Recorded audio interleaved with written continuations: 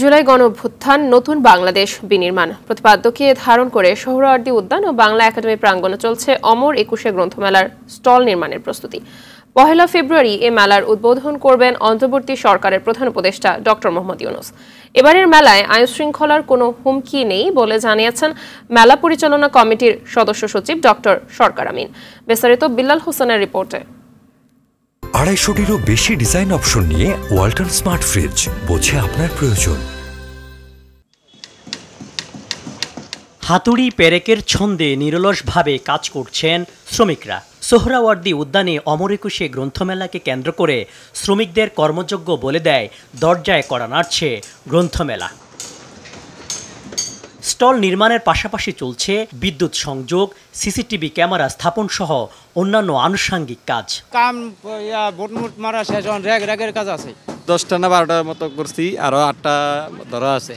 রঙের কাজ তো মোটামুটি ভালো চলতেছে ভাই, একটা করতেছি, আরো 3টা অর্ডার হয়েছে। নির্দিষ্ট সময়ের আগে কাজ শেষ হবে জানিয়ে প্রকাশনীর মালিকরা জানান, অনলাইনে স্টল বরাদ্দ দেয় ছিল না ভোগান্তি। অনলাইনে আমরা আবেদন করছি, অনলাইনে সবকিছু পেয়ে গেছি।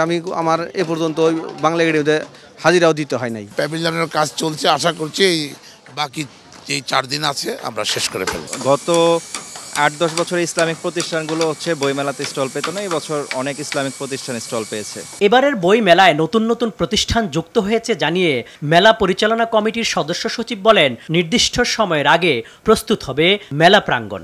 সর্ববৃহৎ বইমেলা হতে যাচ্ছে, কারণ প্রায় 100 নতুন প্রতিষ্ঠান যুক্ত হয়েছে এবং বলা যেতে পারে পরিসরও বেড়েছে। পুলিশের সঙ্গে আমাদের কথা হয়েছে, সাদা পোশাকের পুলিশ থাকবেন, পোশাকি পুলিশ তো থাকবেনই। আমার ধারণা নিরাপত্তার বিষয়টি খুব বড় থ্রেট হবে না। বই মেলার প্রতিটি প্রবেশদ্বারে নিরাপত্তার স্বার্থে থাকছে ওয়াচ টাওয়ার, প্রাথমিক চিকিৎসা কেন্দ্রে ডাক্তার ও অ্যাম্বুলেন্সের ব্যবস্থা। বিল্লাল হোসেন, RTV, ঢাকা।